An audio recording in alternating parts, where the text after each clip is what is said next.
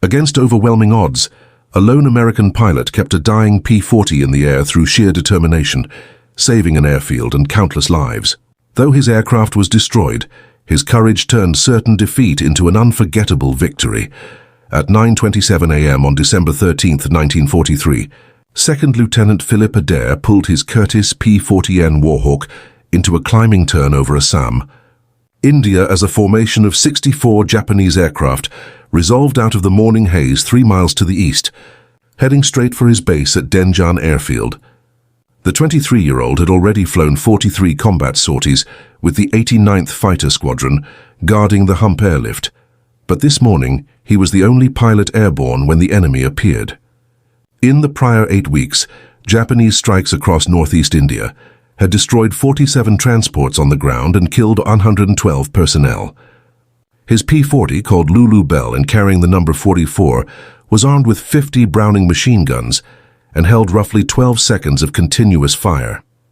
The attackers were arranged as 24 Mitsubishi Ki-21 Sally bombers, escorted by about 40 Nakajima Ki-43 Oscar fighters, layered above and below the bomber stream. Intelligence warned that similar-sized raids in Burma had hit undefended fields at roughly 90% accuracy.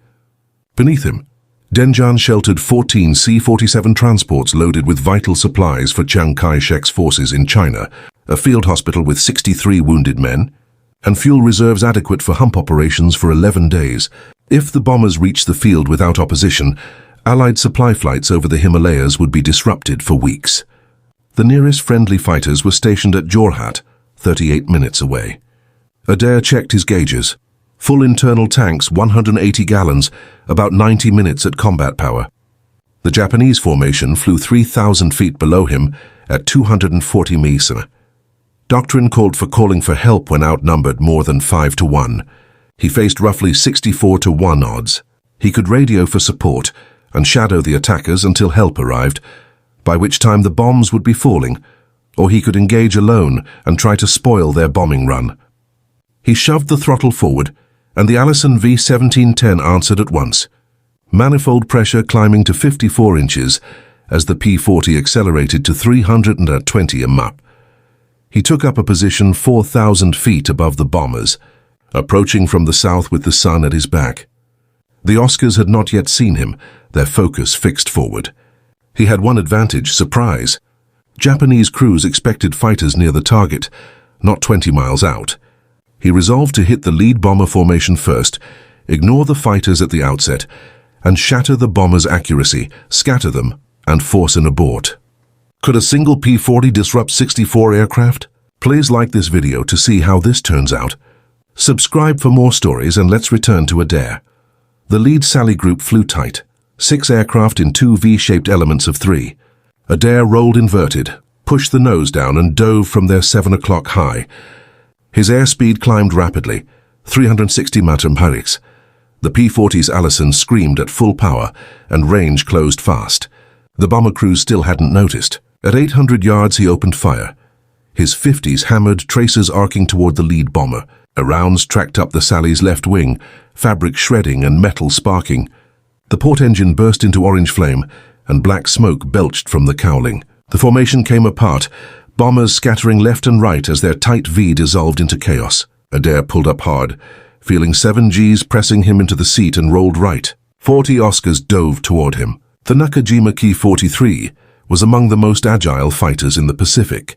Its Nakajima Ha-115 engine delivering 1,150 horsepower, a top speed of 329 Mach at 13,000 feet, and turned circles tighter than any American fighter.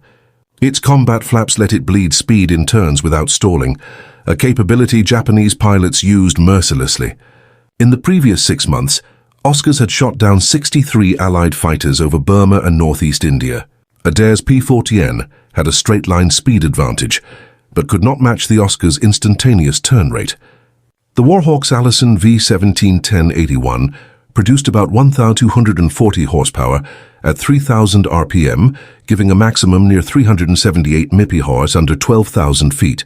But in a protracted turning fight, the heavier American fighter lost energy faster than the light Japanese type.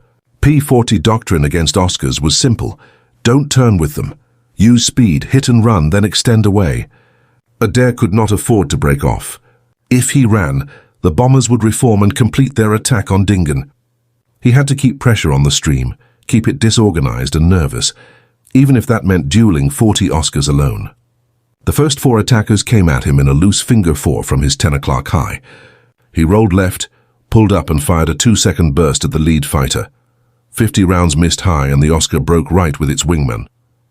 Adair reversed, diving away to retain speed as 2 more Oscars dove from above. He saw them at 400 yards, pulled into a climbing left turn and fired again with no hits. His ammunition counter read 800 rounds remaining across 6 guns, about 6 more attacks at his current rate.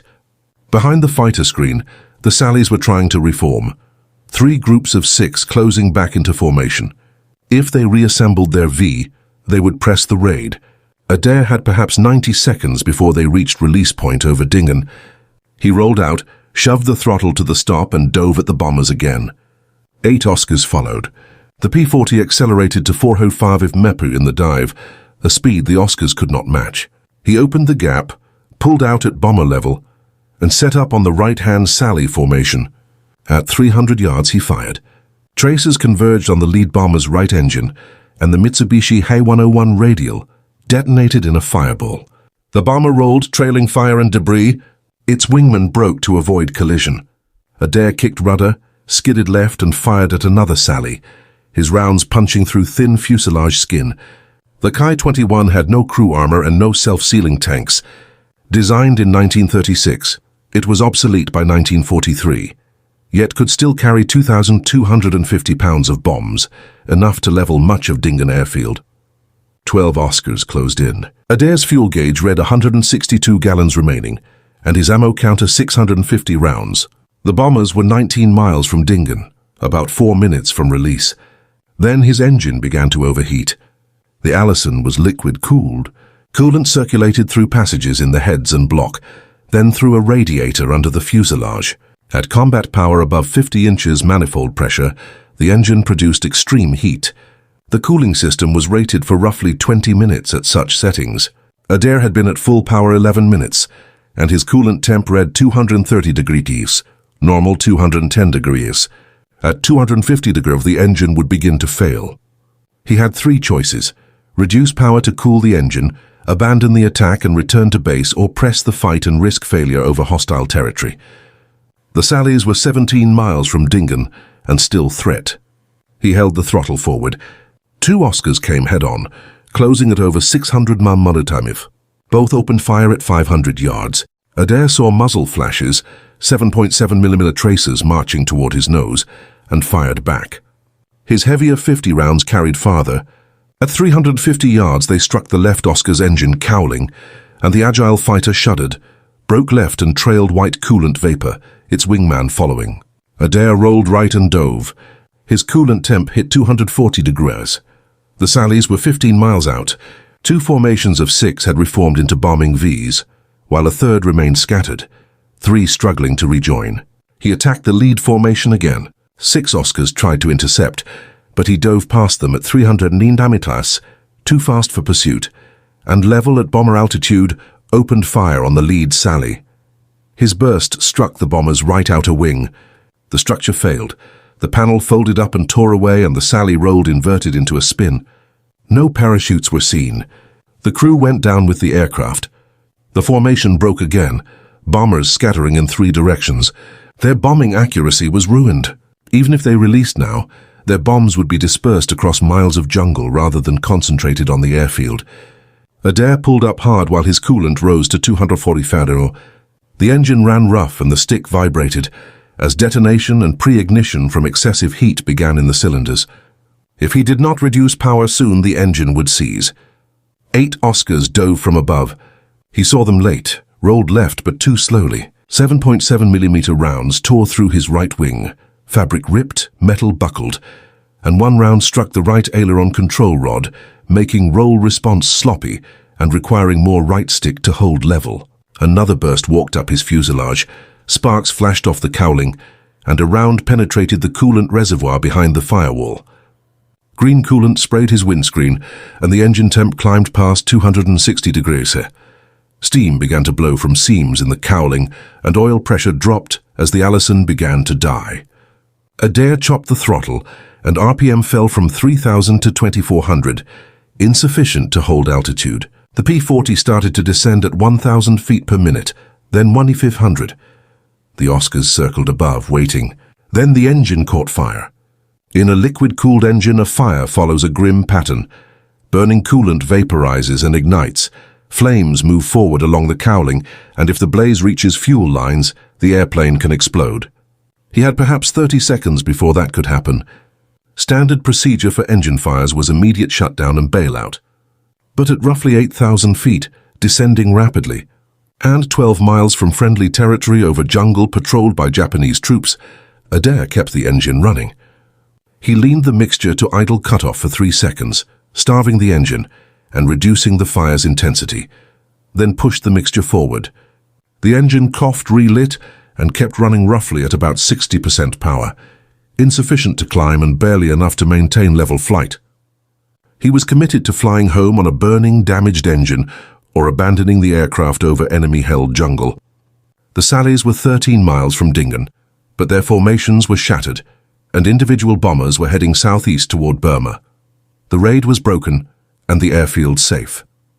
Adair turned southwest toward his base at Naguli, 43 miles away, about 15 minutes if the engine held. 6 Oscars followed. At 7,000 feet, oil pressure dropped to 0. The Allison needed oil pressure to lubricate rods, crank, and cam. Without it, metal ground on metal. Heat rose, parts expanded and seized. Vibration increased, and the propeller began to windmill unevenly as power fell.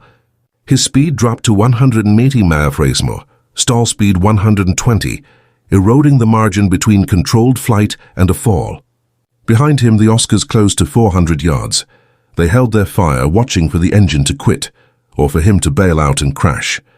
One Oscar closed in alongside so near that Adair could see the Japanese pilot's face.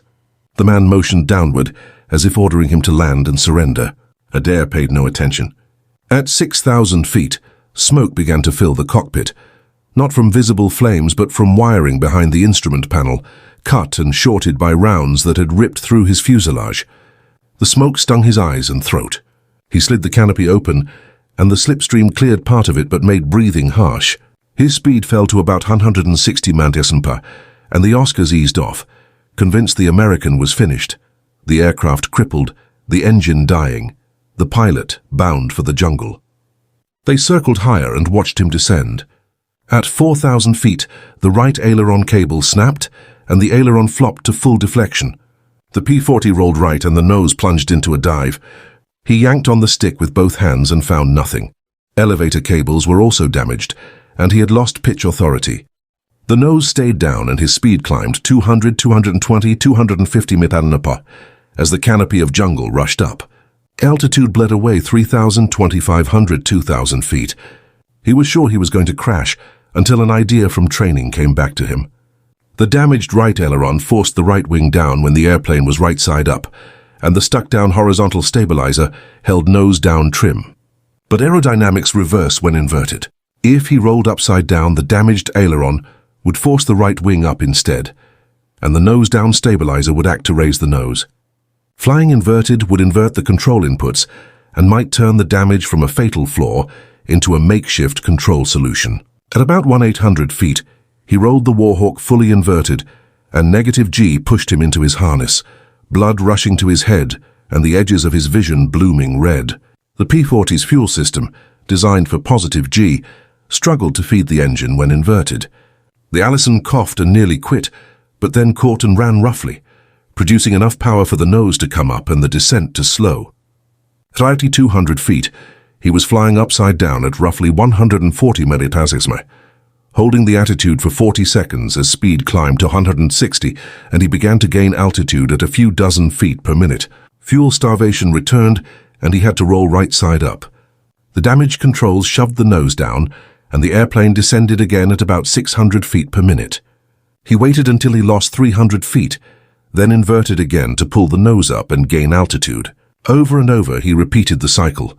Flip inverted to climb, roll upright to let fuel flow properly, using the damaged airframe itself to wring out small climbs. The 6 Oscars above watched this uncanny pattern. A burned and shot-up P-40, alternating inverted and upright, refusing to fall. One Oscar dove to investigate, but when Adair rolled inverted to gain altitude and then snapped back upright to meet it head-on, the Japanese fighter broke away. The attackers judged him either deranged or desperately dangerous and chose not to press the fight, turning east toward Burma.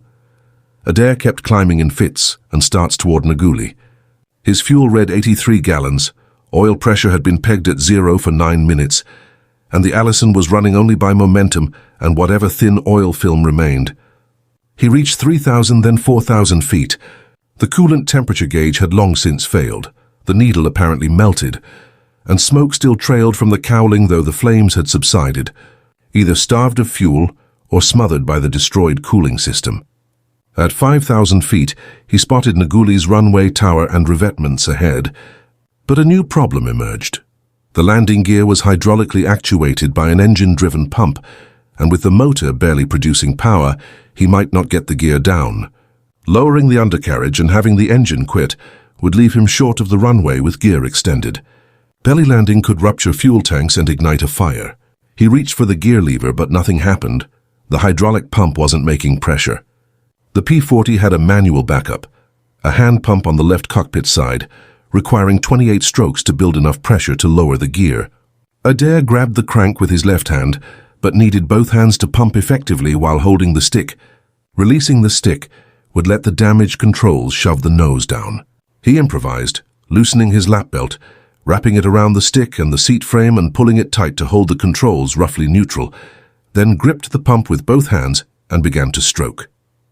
1, 2, 3, nothing. He kept going. 5, 10, 15. At stroke 23, resistance built. At stroke 28, he heard a thunk as the left main gear dropped and locked. Then 3 seconds later, the right gear followed. The P-40 became draggy, and his speed tumbled from 160 to 135 mph, still above stall but marginal. With maybe 40% power from the engine and Naguli 7 miles ahead, about 3 minutes at current speed. Carbon monoxide had been accumulating in his cockpit for some 14 minutes. His peripheral vision tunneled grey and he fought to focus. The working engine temperature gauge read 310 degrees, far beyond safe limits, and any moment a piston seizure or rod failure could end it. Tower personnel saw the smoking, erratic, gear-down P-40 and assumed it was a friendly making an approach. They expected the pilot to lower flaps and slow for a normal touchdown, but the flaps were hydraulic too, and with limited pressure they stayed up. That meant a higher approach speed, about 120 mph instead of 90, and a longer roll on a 4,000-foot runway. At roughly 2 miles out, the engine quit, and the propeller windmilled to a stop. The Warhawk became a poor glider. Its ideal glide ratio near 8.1 was degraded by battle damage, maybe closer to 6:1, and from 2,000 feet, he could only hope to reach a little more than 3 miles. The runway lay 2 miles away, on paper possible, in reality doubtful. He felt the familiar despair of surviving so much only to be foiled within sight of safety, then remembered a training note about inverted glides. In some attitudes, an inverted glide can produce less drag and extend range. With nothing left to lose, at about 1,800 feet and a mile from the field, he rolled inverted again. Blood pounded in his head, vision blurred, but the airspeed steadied at 125 mph and his descent rate eased to about 500 feet per minute, better than the 700 fpm he'd suffered right side up. Ground crews saw an inverted P-40 coming with gear down and smoke streaming. Technical Sergeant Robert Martinez grabbed binoculars and, thinking an enemy plane might be trying to strafe the field, sprinted for a .50 caliber mount with 3 men behind him and began to swing the gun toward the incoming aircraft. At 400 feet, half a mile from the threshold, Adair's vision dimmed and he had perhaps 20 seconds of consciousness left from carbon monoxide and negative G strain. He had to roll upright, align with the runway and land. But if he rolled too early, the damaged controls could force a fatal nose drop. Too late and he might overshoot. At 200 feet and 300 yards from the threshold, he rolled right side up. The damaged aileron slammed the right wing down, and he fought it with left stick to level the wings, while pulling back with what partial elevator control remained. The P-40 came in nose high and wobbly. Martinez tracked the aircraft with the gun, but held fire. Crossing the threshold at about 90 feet, descending steeply, the P-40 dropped the last 90 feet in 4 seconds. The mains struck the runway hard with a 7G impact. Gear struts collapsed fully, the tail slammed down and the right main gear failed. The right wing dug in. The airplane ground-looped through 180 degrees, skidded backward about 200 feet and stopped amid sparks and concrete fragments. Smoke belched from the engine bay and fire crews sprinted out. Adair sat unmoving for a dozen seconds, then unlatched his harness, hauled himself onto the wing and sagged to his knees as ground crew helped him down. Martinez and the fire party opened the cowling. The Allison engine was a wreck. Seized pistons, warped crankshaft, ruptured oil pan, coolant everywhere. They counted battle damage, 16 holes in the fuselage, 7 in the right wing, 4 in the left. One round had severed the right aileron cable, another had punctured the hydraulic reservoir, a third had sliced through electrical bundles behind the panel. The engine had suffered catastrophic overheating and oil starvation, every cylinder scored, and 3 rods welded to the crank. Lulu Bell would never fly again, but Philip Adair had saved Dingan. Intelligence confirmed all 24 Sally bombers turned back without releasing their bombs, scattering about 15 miles short of the target and escorted back to Burma by 40 Oscars. No bombs struck Allied facilities, no ground casualties occurred, and all 14 C-47 transports remained operational, so the hump airlift continued uninterrupted. On December 16, 1943, 10th Air Force interviewed Adair about the engagement.